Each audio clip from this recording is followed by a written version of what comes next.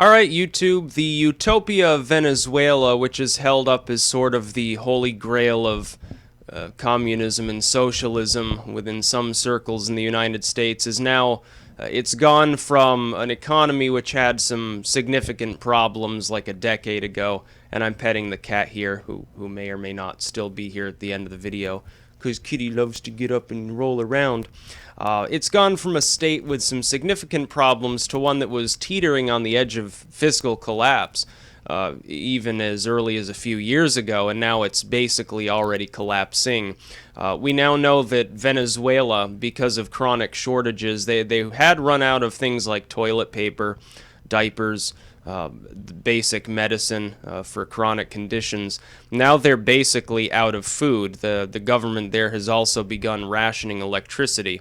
The violence level in Venezuela is high and rising. It's like 15 times the rate of that of the United States as far as murder and assault and things. And who can blame them? You've got the chronic, constant, non-stop shortage of everything from basic necessities up to luxury goods, largely because of the nationalization and the socialism there.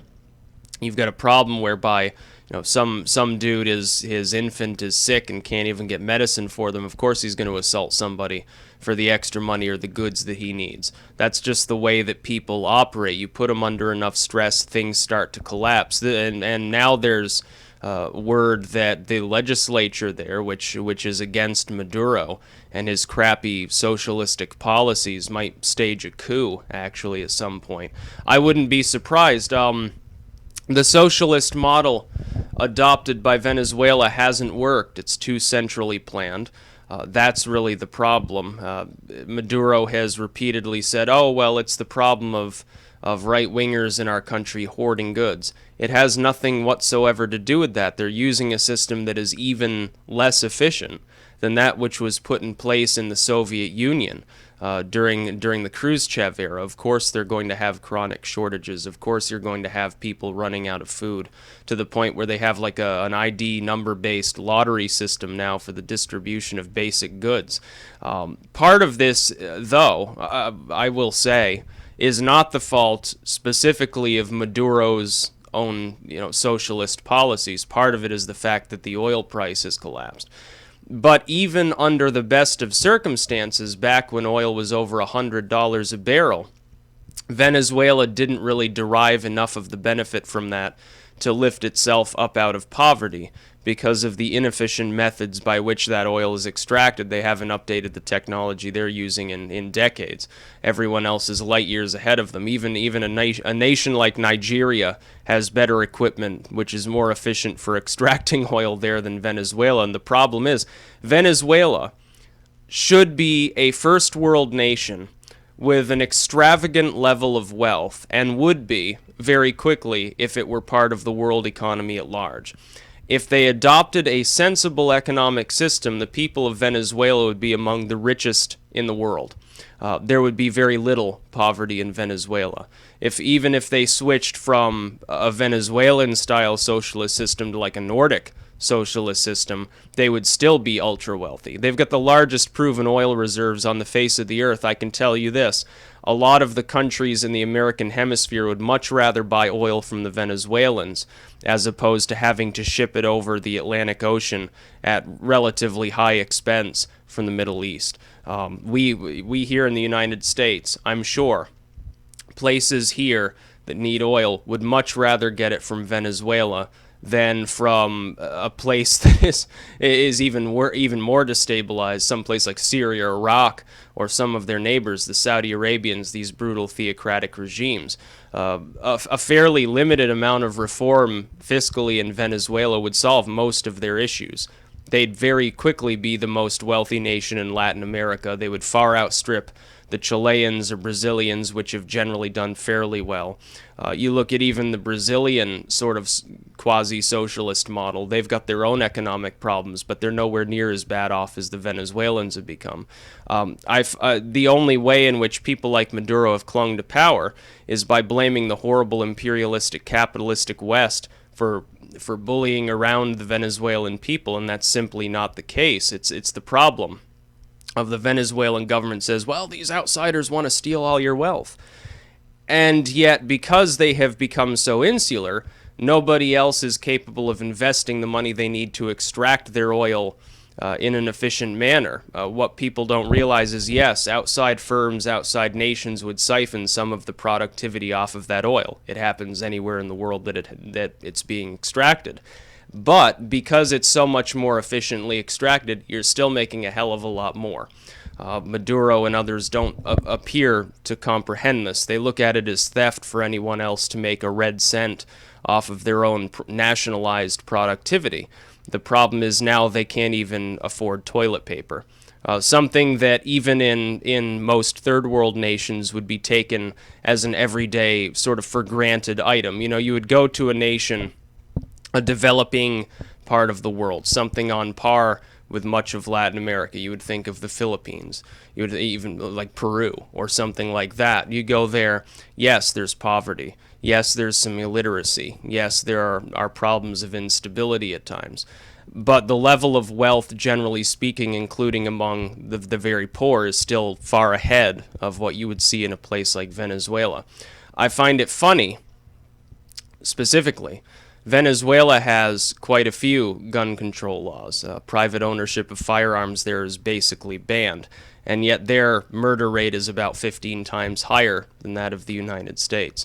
It doesn't have to be. They could be among the most wealthy, literate, prosperous nations in the American hemisphere. They could rise above a nation like Mexico. They could be as wealthy as the Canadians with a concerted effort, long term over the span of a few decades. They would certainly be the most wealthy Latin American nation. Oil's not going to sit down at $25 a barrel forever, and if they had those efficient extraction methods, the amount of wealth that they would have right now, even with oil collapsed, would be on par with what they were getting before with their inefficient methods when it was over $100 a barrel. Yes, it's a monocultured economy. That has its own problems, but you look at some of the other economies of the world that don't have a Venezuelan-style model, that are based largely on something like oil. You would think of Saudi Arabia. You would think of Russia, even Canada to an extent. Canada, a lot of their economy is energy related. These places maintain a much greater degree of wealth, are much safer. There's a lot less murder. You don't see bread lines. You don't see toilet paper lines stretching around the block. You don't see people threatening a coup because there are chronic shortages. And that's despite the fact that in many cases the backbone of those economies has also been broken. Oil is no longer profitable for even the most efficient nations currently to extract. The only reason it's still extracted at all is it's a necessity for other aspects of the economy. If you've got a diverse economy, it makes sense to take a loss and fund the oil extraction solely to pump up the 90% of your economy that is something other than energy. Like here in the United States, we also have corn, we have textiles, we have manufactured goods and computer components and weapons as well. And so it makes sense to take a hit on oil because you're paying 1 cent and getting $100 back in productivity elsewhere. It just makes sense for us. But even for a nation like Venezuela that is almost a monoculture, and they could diversify. I mean, they could do what Russia's attempting and kind of failing to do and branch out into other things. They've got a perfect climate for certain other goods from the tropics, fruit, certain grains and things of that nature. Why don't you produce these other things? Instead, they produce crappy state-manufactured products with no competition in the system, and this is the problem of a centrally planned system. This is the problem of large government. This is the problem of socialism. Ultimately, even the Nordic model socialist states eventually will break down due to the same fundamental problem. With a socialist system, you've got less competition. It drags you down in time. Redistributing wealth to some degree to make sure that the poor aren't starving in the streets is not socialism. What you have under the true socialist model, though, is essentially the government's taking most of your productivity. In Venezuela, for the farmers, it's almost 100% of what they're producing, and then redistribute it in ways that pisses off the people that are producing. They no longer have any reason to increase the efficiency of their production, because if 95% of what a farmer grows is getting taken away from them and given to other people. There's really no reason for that farmer to work a little bit harder.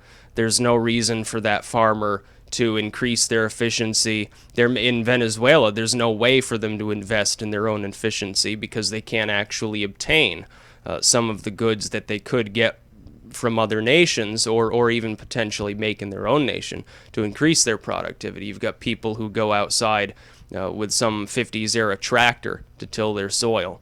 The oil rigs that they have are completely and utterly outdated. You've got can't remember the name of the lake where all of these oil wells are. It's this giant sort of inland area. It almost looks like it's connected to the ocean at some point. And it's basically just a giant oil slick. The environmental degradation there is also significant. I would warn people that under a no competition nationalized socialistic model, as some people are proposing we adopt here in the United States or elsewhere in the world, that's what you get. Now, you're worried about the environment. Over time, environmental degradation is the natural result of people trying to squeeze every last cent out of things because they can't compete with others. It's the result of graft. You end up with fraud and graft and all of these other things. The violence level does increase. We've seen it time and time again. It's a failed model. The Venezuelan model clearly doesn't work. Maduro should be hanged. Maduro should be grabbed out of his mansion by the people, dragged and beaten in the streets, and then burned alive. Because he has probably, at this point, been responsible for thousands of his own people starving. He should be removed from power. The legislature there, the opposition party, they say, oh, we've got a 6-month timeline. Maduro must fix this, otherwise they'll be hell to pay. He's not going to be able to fix anything because, he'll piss off those that do support him if he actually attempts the reforms that are necessary to fix your economy. It's just not going to happen. So you can either let your country devolve into chaos and you'll get people rising up and overthrowing you all and you'll all be killed, or you can oust Maduro from power, join the rest of the world in some degree of a free market, in which people have more worth than, oh, well, you farm your fucking papayas and the state takes 99% of them away. And if you don't do that, if you don't implement that reform, your people will begin to starve. They won't have a shortage of food, they will have no food. They will starve to death. You will see thousands or tens of thousands of people die in the streets, and at that point, people will revolt. You get people riled up enough under such an inefficient system, eventually they will overthrow the government. And it doesn't matter if you've taken their guns away. They'll take sticks and they'll beat you to death with them. You'll see half the military probably defect at that point. Well, good for them. I hope they overthrow their retarded government. Please don't steal the hairband, kitty. But yeah, Venezuela is a socialist paradise, and we can see it on full display. It's got a high rate of crime, because citizens can't defend themselves, can't access basic goods. The oil is no longer efficiently being pumped, and even if it were at this point, they'd barely be breaking even. They've got chronic shortage of what we would consider the most rudimentary basic goods, toilet paper. Who wants to live without the ability to wipe their ass? It's as simple as that. When people are under that level of stress, if it lasts long enough, and it's not going anywhere anytime soon, eventually they will overthrow the socialist government there.